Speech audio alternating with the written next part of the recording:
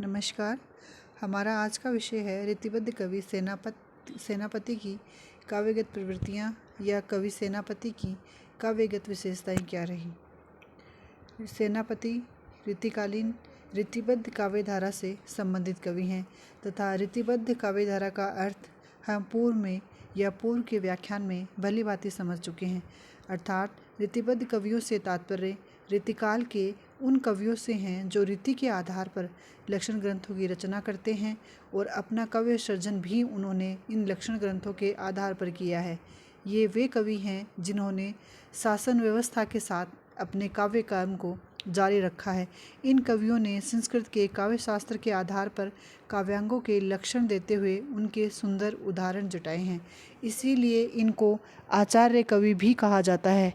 यद्यपि इनके आचार्यत्व में कोई मौलिक कल्पना या इनकी मौलिक प्रेरक शक्ति नहीं रही है, फिर भी साहित्य में या हिंदी साहित्य में प्रथम बार इन्होंने लक्षण या काव्यांग निरूपण की शैली को अपनाया है, इसलिए ये अपना महत्वपूर्ण स्थान रखते हैं। इस प्रकार इन कवियों ने जो काव्य रचनाएं की हैं, उनकी काव्य रचना की परंपरा एक बंधी बंधाई परिपाटी के अनुसार ही रही है। यह किसी नवीन मौलिक उद्भावना को जन्म नहीं दे सके। प्राय इन्होंने जो उदाहरण तथा अलंकार निरूपण किया है या जो उदाहरण लक्षण इन्होंने दिए हैं, उनमें नवीनता का पूर्णतया अभाव रहा है। इन्होंने काव्य शास्त्र में किसी नवीन विषयों को छुआ नहीं है। जहाँ इस दिशा में प्रयास किया है वहाँ वे सफल नहीं रहे हैं या उन्हें सफलता नहीं प्राप्त हुई है। इस प्रकार इन आचार्यों ने काव्यांग निरूपण में पद्यात्मक शैली को अपनाया और इसीलिए उसमें प्रमुख रूप से या स्पष्टता नहीं आ पाई है। इस प्रकार रीतिबद्ध काव्य धारा के अंतर्गत जब हमने विशेषताओं का अध्ययन किया था तो संपूर्ण रीतिकालीन विशेषताओं के अंतर्गत इन्होंने लक्षण ग्रंथों के साथ साथ में आचार्य बनने की प्रवृत्ति के साथ में अलंकारों की प्रधानता, काव्य पक्ष की प्रधानता तथा इसके अतिरिक्त काव्य के कला पक्ष को अत्यधिक इन्होंने महत्व दिया है। इस प्रकार रीतिबद्ध काव्य धारा में या इन कवियों ने जो आरोपित कला विद्यमान की है, चमत्कार प्रदर्शन के कारण या पांडित्य प्रदर्शन के कारण वह काव्य कौशल का चमत्कार प्रस्तुत तो हुआ है, परंतु उन्होंने साहित्य को या साहित्य का जो महत्वपूर्ण पक्ष होता है लोकरंजन या लोकरक्षण, वह इनके साहित्य में कहीं भी नहीं दिखाई देता है। अतः रीतिबद्ध काव्य का जो परिवेश प्राप्त हुआ था, चूँकि वह राजाश्रय था या राजाओं के आश्रय में रहकर काव्य रचनाएं की है, अतः कविगण प्राय धन या लालच, धन के लोभ में या वैभव विलास के साधनों का उपयोग करके कवि कर्म के प्रमुख होते गए। अतः इनका काव्य कला का कौशल उतना स्पष्ट नहीं हो पाया या उस प्रखरता पर नहीं पहुंच पाया जिस प्रकार से रीतिमुक्त काव्य धारा के अंतर्गत रहा है या रीतिमुक्त काव्य धारा की प्रवृत्ति में हमें दिखाई देता है। चूँकि पांडित्य प्रदर्शन की प्रवृत्ति या चमत्कार प्रदर्शन की प्रवृत्ति प्रमुख रही थी, अतः इनकी काव्य साधना मुख्य नहीं रही। फिर भी इसके काव्य को या इसके महत्व को हम नकार नहीं सकते, क्योंकि रीतिबद्ध काव्य धारा में जितने भी कवि आते हैं वे सभी कवि रीतिकालीन काव्य में अपना महत्वपूर्ण स्थान रखते हैं। उन्होंने ही रीति ग्रंथों की शुरुआत की है या इस रीतिकालीन काव्य परंपरा को आगे बढ़ाया है, इसलिए सभी कवियों का अपना महत्वपूर्ण योगदान है। उसमें देव हो, सेनापति हो, पद्माकर हो, भूषण हो या और दूसरे अन्य कोई भी कवि रहे हों, सभी का अपना अपना योगदान रहा है। इसी क्रम में आज हम रीतिबद्ध काव्य धारा के कवि सेनापति के काव्य की प्रमुख विशेषताएं क्या रही, उनका अध्ययन करेंगे।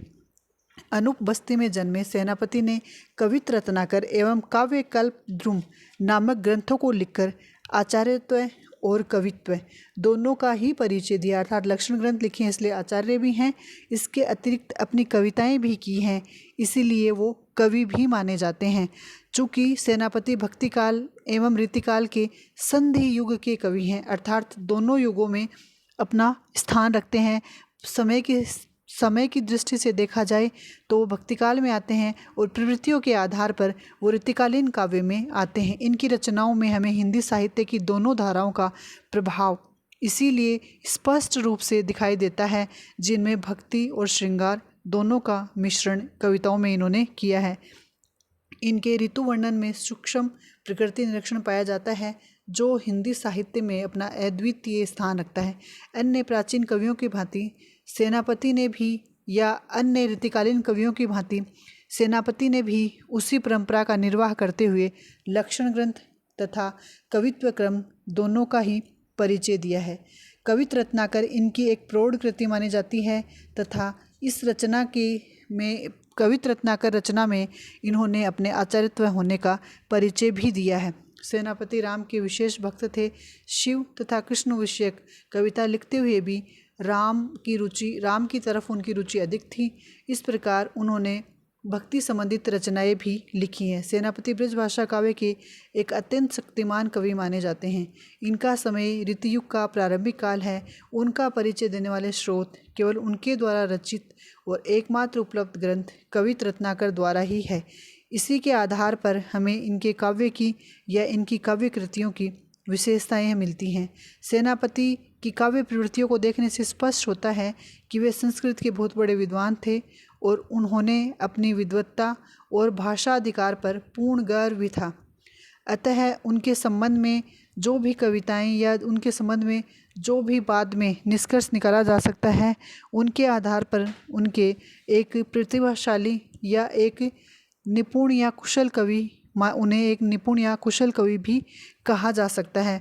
इन ग्रंथों में या इसके आधार पर इनकी भाषा शैली जो थी उन पर इनका पूर्व अधिकार प्रकट होता है तथा इस भाषा के आधार पर उन्होंने अपनी काव्य रचनाएं जो लिखी हैं उनमें ब्रज भाषा का सुंदर, मधुर, सुकोमल, गीतितात्मक आदि प्रवृत्तियों के आधार पर उनके काव्य का मूल्यांकन किया जा सकता है तथा उन्होंने अपने सभी रचनाओं में श्रृंगार को, षट्ऋतु वर्णन को, राम कथा के छंदों को अत्यंत ही महत्वपूर्ण बनाया है। सेनापति का काव्य अपने सुंदर यथातथ्य और मनोरम कल्पनापूर्ण षट्ऋतु वर्णन के लिए सर्वाधिक प्रसिद्ध माना जाता है।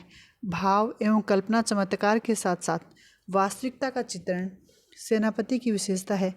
सबसे प्रधान तत्व सेनापति की भाषा शैली का है, जिसमें शब्दावली अत्यंत ही संयत, भावयुक्त, गतिमय एवं अर्थगर्भ है। जिस ब्रज भाषा का प्रयोग ऋतिकालीन साहित्य में ऋतिबद्ध काव्यधारा या सभी ऋतिकालीन काव्यधारा, ऋतिबद्ध, ऋतिमुक्त या ऋतिसिद्ध धारा के कवियों ने किया है, वही ब्रज भाषा की कोमलकांत पदावली या उसी ब्रज भाषा के सभी गुण हमें सेनापति की रचना शैली में भी दिखाई देते हैं या सेनापति के काव्य शैली में भी दिखाई देते हैं। ऋतु वर्णन में सर्वाधिक महत्वपूर्ण विशेषता उन्होंने भाषा के माध्यम से भी प्राप्त की है। इसके अतिरिक्त सेनापति ने श्लेष अलंकार, श्रृंगार और राम रसायन का वर्णन रीति परंपरा को ध्यान में रखकर ही किया है। इनकी रचनाओं में शब्द और अर्थ का जो चमत्कार है वह अपने आप में अत्यंत ही अनूठा बन गया है। लोकमानस के सहज भावों की अभिव्यक्ति इनकी रचनाओं की मुख्य विशेषता मानी जा सकती है।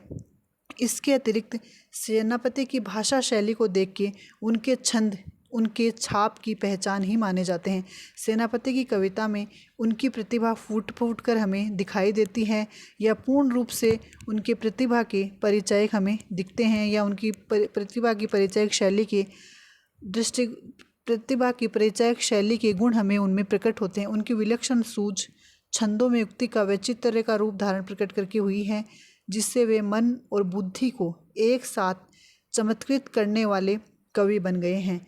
इस प्रकार प्रचलित रूढ़ियों, परंपराओं तथा उसी साहित्य की बंधी बंधाई परिपाटी में काव्य रचना करना तथा अपने आचार्यत्व एवं लक्षण ग्रंथ दोनों का या अलंकार या काव्य की कला पक्ष को महत्व देना आदि सभी विशेषताओं के कारण सेनापति का स्थान ऋतिबद्ध काव्य धारा के महत्वपूर्ण कवियों में माना जाता है।